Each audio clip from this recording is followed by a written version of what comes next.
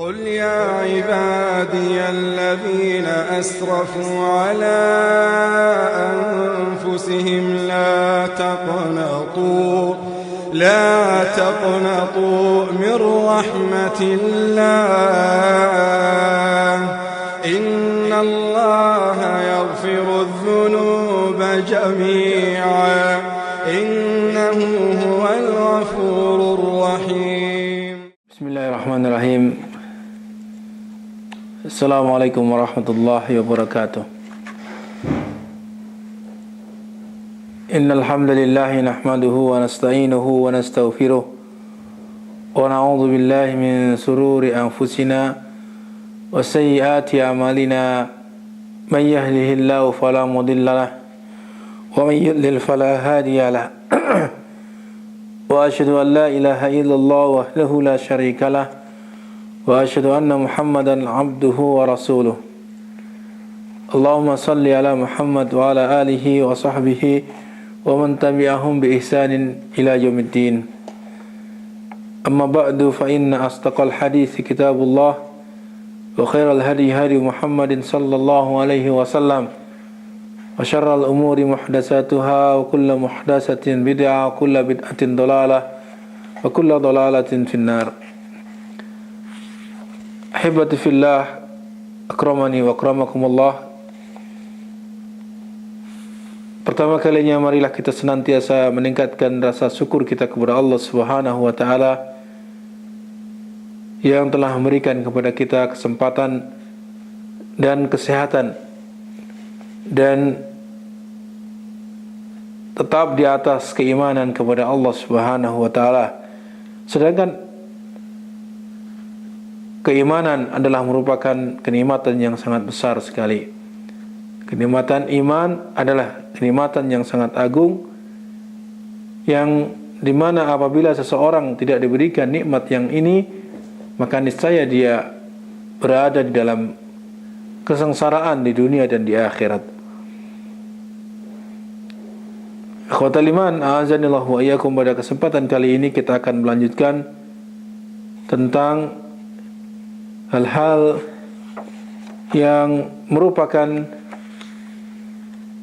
mukaffiratul dzunub, perkara-perkara yang termasuk kafarah dosa-dosa atau penghapus dosa-dosa. Di mana pada pertemuan sebelumnya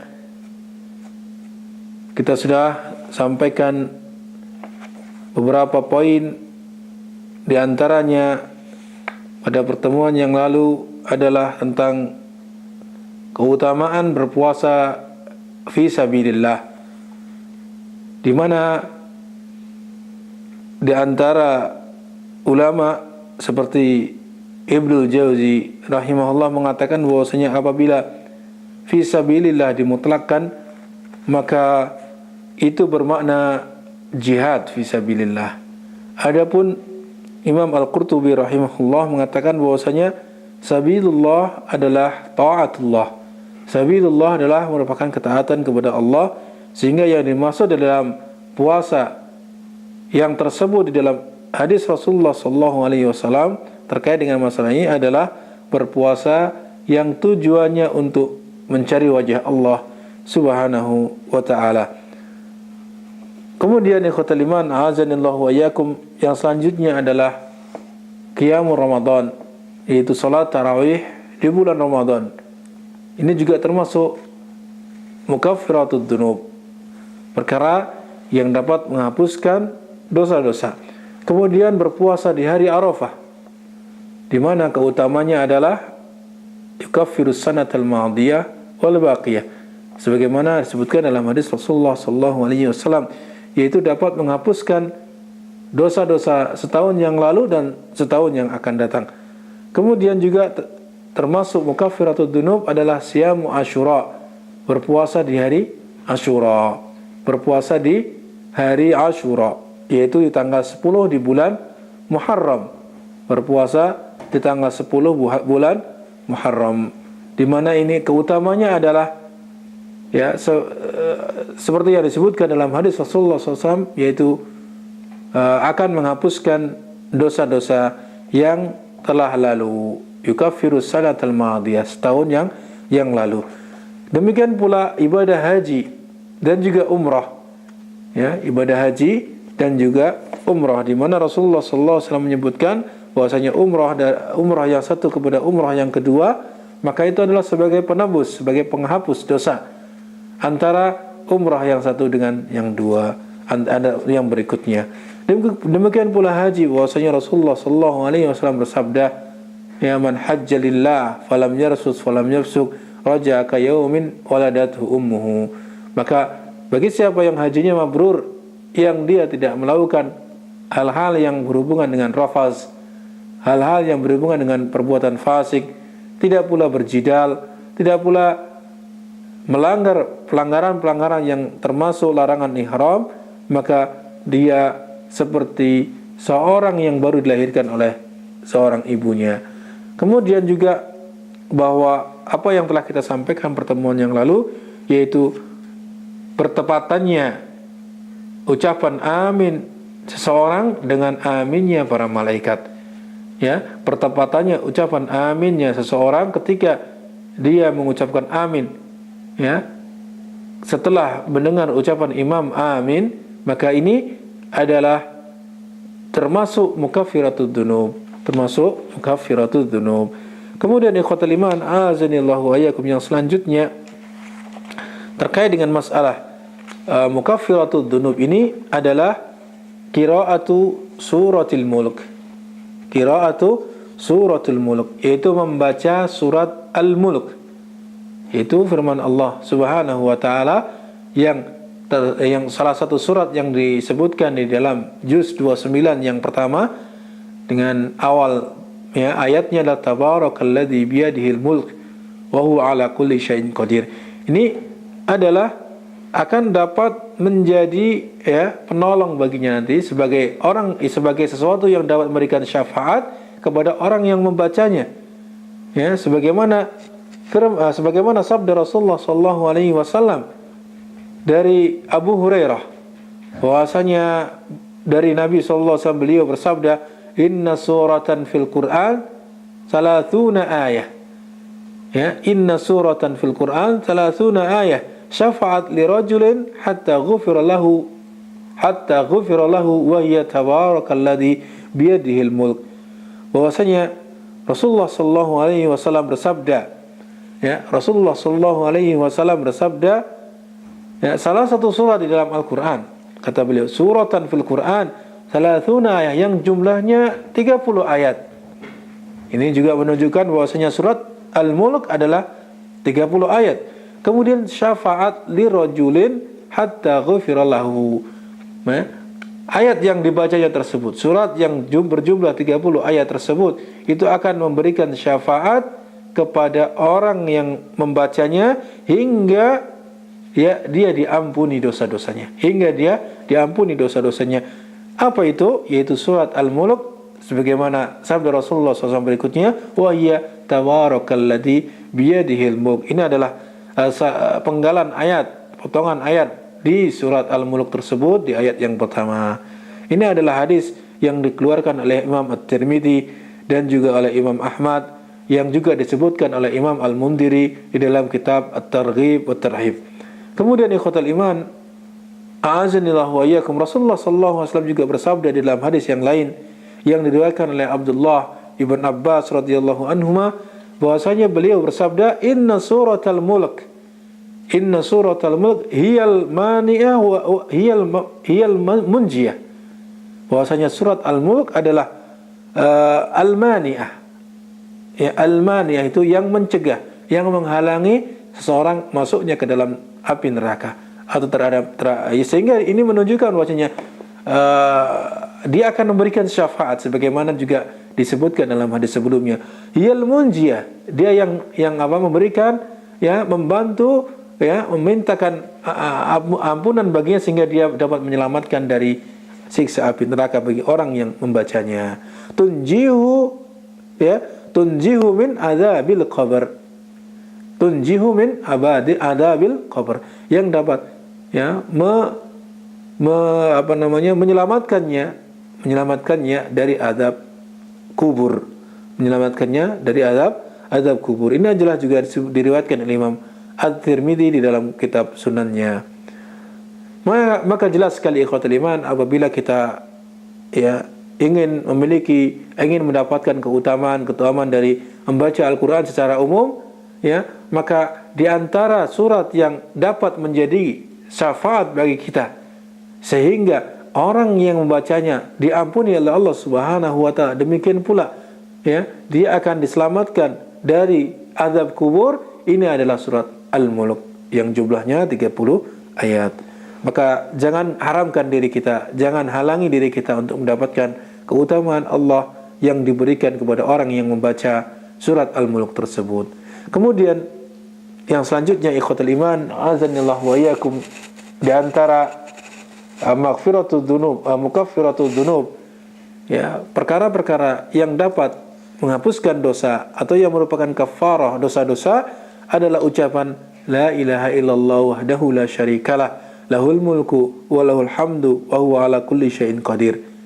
Sekali lagi, bahwa ucapan la ilaha illallah wahdahu la syarikalah lahul mulku wa lahul hamdu wa huwa ala kulli syai'in qadir. Bahwasanya ucapan yang kita ucapkan ini akan dapat menjadi kafarah, akan dapat menjadi penebus ataupun penghapus dosa-dosa orang yang mengucapkannya. Bahkan dia ditambahkan dengan keutamaan-keutamaan yang lainnya yang sangat banyak. Dia akan diberikan kebaikan kepadanya. Dia akan diangkat atau diberikan pahala seperti pahala orang yang memberikan budak. Maka lihatlah pada hadis Rasulullah SAW yang diriwayatkan oleh Abu Hurairah radhiyallahu anhu, bahwasanya beliau bersabda, bahwasanya Rasulullah SAW bersabda, man qala la ilaha illallah wahdahu la syarikalah lahul mulku wa lahul hamdu wa huwa ala kulli syai'in qadir fi yawmin mi'ata marrah fi yawmin mi'ata marrah kanat lahu adlu ashri riqabin kanat lahu adlu ashri riqabin wa kutibat lahu mi'atu hasanatin wa muhiyat anhu mi'atu sayyi'ah wa kanat lahu khirzan minasyaitani yaumahu dzalik hatta yumsi. Ini di antara keutamaan-keutamaan yang diberikan oleh Allah Subhanahu wa taala melalui lisan Rasulullah sallallahu alaihi wasallam, yang mana Rasulullah SAW la yantiqu 'anil hawa, tidaklah beliau mengucapkan datang dari hawa nafsunya, walakin akan tapi bahwasanya Rasulullah sallallahu alaihi wasallam berucap adalah dari wahyu Allah Subhanahu wa taala, in huwa illa wahyu yuha. Tidak lain apa yang diucapkan oleh Rasulullah sallallahu alaihi wasallam adalah merupakan wahyu yang diwahyukan kepadanya. Sehingga di sini kita lihat keutamaan-keutamaan yang sangat banyak yang akan didapatkan bagi orang yang mengucapkan lafaz la ilaha illallah wahdahu la syarikalah lahul mulku wa lahul hamdu wa huwa ala kulli syai'in qadir di dalam seharinya 100 kali.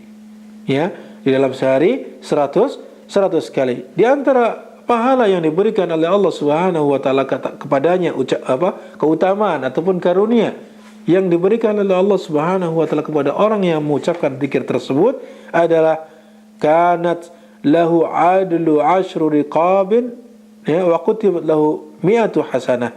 Yang pertama adalah bahwa dia diberikan pahala seperti pahala orang yang memerdekakan budak 10 budak.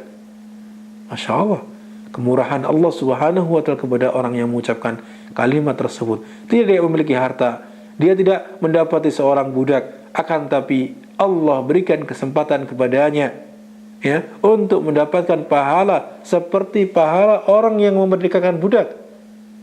Orang yang memerdekakan budak, berapa jumlah uang yang harus dia kumpulkan? Berapa jumlah uang yang harus dia kumpulkan untuk memerdekakan budak? Bahkan ini sampai 10 budak. 10 budak. Dari sini juga kita dapat fahami bahwa Islam tidak menghendaki perbudakan. Islam menganjurkan agar orang agar orang memerdekakan budak. Itu terdapat pada banyak sekali ayat-ayat ataupun hadis-hadis yang menunjukkan tentang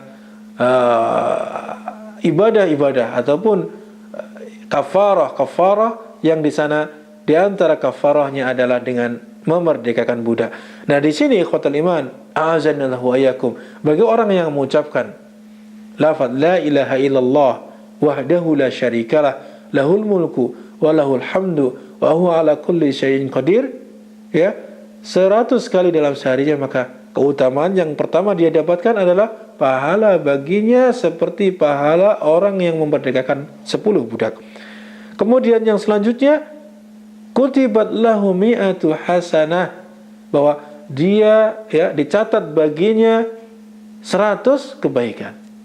100 kebaikan. Luar biasa. Kemudian ditambah lagi wa muhiyat anhu mi'atu sayyi'ah. Dan ini adalah merupakan syahid di dalam hadis ini, bahwasanya dia akan diangkat darinya, dihapus darinya 100 keburukan.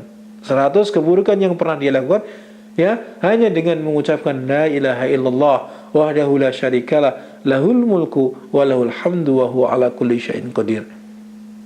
Ya, 100 kali. Kemudian wa kanat lahu hirzan minasyaitan yaumahu dzalik hatta yumsi.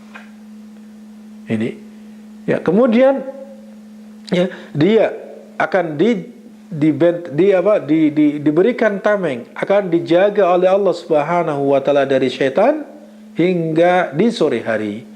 Ketika dia mengucapkannya di pagi hari sebanyak 100 kali, maka dia akan terjaga dari gangguan syaitan sampai sore harinya. Walam ya'ti ahadun bi afdhala mimma ja'a bih.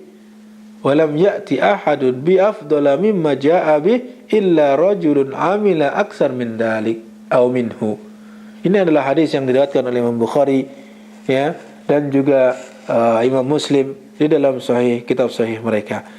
Kemudian ikhwatul iman, disebutkan tadi bahwa, ya, walam ya'ti ahadun bi afdhala mimma ja'a bih.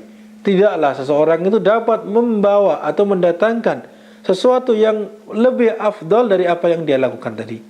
Apa yang seseorang bawa atau dia lakukan tadi. Kecuali apa? Kecuali seseorang yang melakukan lebih banyak dari itu. Kecuali seseorang yang melakukannya lebih banyak dari itu. Pernah dikisahkan bahwa, ya, Samahatul Syekh Abdul Aziz bin Baz rahimahullah, bahwasanya mempraktikkan hadis ini, mempraktikkan tentang anjuran untuk berzikir yang memiliki keutamaan sedemikian rupa, keutamaannya yang disebutkan dalam hadis tadi, maka beliau rahimahullah, ya, beliau mengucapkan doa tersebut pada setiap harinya, ya, di waktu setelah salat asar, dan beliau tidak meninggalkannya walaupun apa yang terjadi padanya. Beliau tidak meninggalkannya walaupun ada orang yang datang. Ya, beliau tidak meninggalkan dari apa yang beliau lakukan tadi, yang merupakan wirid atau zikir keseharian yang dianjurkan dalam Islam. Wala yatakallam hatta yunhiyahu. Dan beliau tidak berbicara sampai beliau menyelesaikannya. Ya, beliau tidak meninggalkannya sampai beliau tidak berbicara sampai beliau menyelesaikannya. Ini kita sebutkan tidak lain adalah dalam rangka untuk mengambil ibrah, mengambil sebagai contoh bagaimana para ulama rabbaniyun, para ulama yang rabbani yang memberikan contoh tentang praktek dari hadis-hadis Rasulullah sallallahu alaihi wasallam. Kemudian ikhwatul iman, karamani wa akramakumullah, di antara mukaffiratud dzunub adalah fadlu qawli subhanallahi wa bihamdi. Ya, yang terdapat dalam, ya, keutamaan ucapan seseorang subhanallahi wa bihamdi. Bahwa ucapan subhanallahi wa bihamdi adalah merupakan, ya, mukaffiratul dzunub, termasuk perkara-perkara yang dapat menghapuskan dosa-dosa. Sebagaimana hal itu disebutkan dalam hadis Abu Hurairah radhiyallahu anhu, bahwasanya Rasulullah sallallahu alaihi wasallam qaal, man qala subhanallahi wa bihamdi fi yawmin mi'ata marrah huttat anhu khatayahu wa in kanat mislu zabadil bakhr. Atau kama qala sallallahu alaihi wasallam, ya, akhrajahu al-Bukhari wa Muslim. Akhrajahu al-Bukhari wa Muslim.